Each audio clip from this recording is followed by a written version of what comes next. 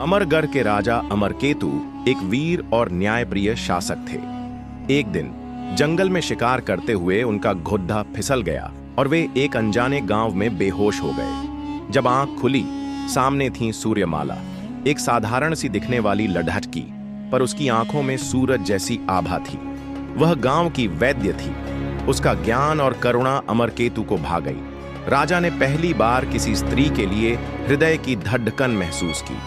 राजा ने गुप्त रूप से सूर्यमाला से मिलना शुरू किया। सूर्यमाला नहीं जानती थी कि वह किससे प्रेम कर रही है, लेकिन प्रेम सिर्फ नाम या पद नहीं देखता, आत्मा पहचान लेती है। पर एक दिन जब राजा का सच उजागर हुआ, सूर्यमाला स्तब्ध रह गई। राजा हो या साधारण व्यक्ति, मैं उस अमरकेतु से प्रेम करती हूं जो मेरे संग पेड़डस की छांव में बैठकर चुपचाप मुस्कुराता है। दरबार में इस प्रेम की चर्चा फैल गई। मंत्रियों ने कहा, एक वैद्य कन्या कभी रानी नहीं बन सकती। राजा के ऊपर दबाव बढ़ा।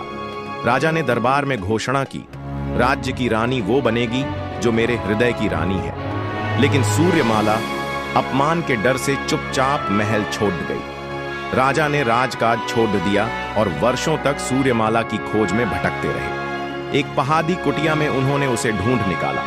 वह बीमार थी। अंतिम समय में सूर्यमाला ने बस इतना कहा, मैं तो मर जाऊंगी, पर तुम्हारा प्रेम कभी नहीं मरेगा। सूर्यमाला की चिता के पास राजा ने एक स्मारक बनवाया, सूर्यकुंज, जहां अब हर साल फूलों की वर्षा होती है। राजा अमरकेतु ने विवाह नहीं किया। उन्होंने अपना जीवन उस प्रेम की सेवा में बिताया जिसे समाज ने अस्वीकार किया था।